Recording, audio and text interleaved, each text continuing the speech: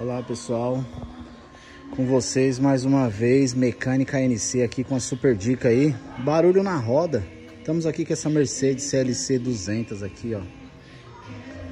E o cliente chegou aqui com barulho na roda, parecendo um barulho de rolamento, mas não era. Vou mostrar pra vocês o que era. A gente ergueu aqui o carro para verificar tudo, né? Verificar se tinha alguma coisa quebrada, mas olha, pasmem vocês, ó. Tá vendo? 2 parafusos só. Não sei se consegue focar, ó. Tá faltando 3. Tá vendo? O problema era só isso.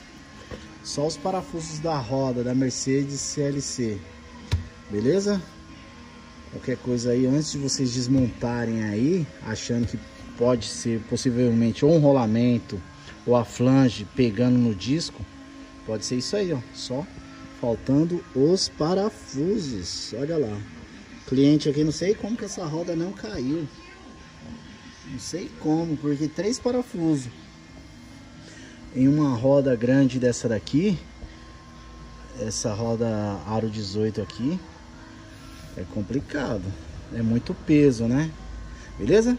Quem gostou dessa dica aí, dá aquele super like lá, siga o canal aí. Abraço a todos. Tenham todos uma boa tarde aí. Valeu.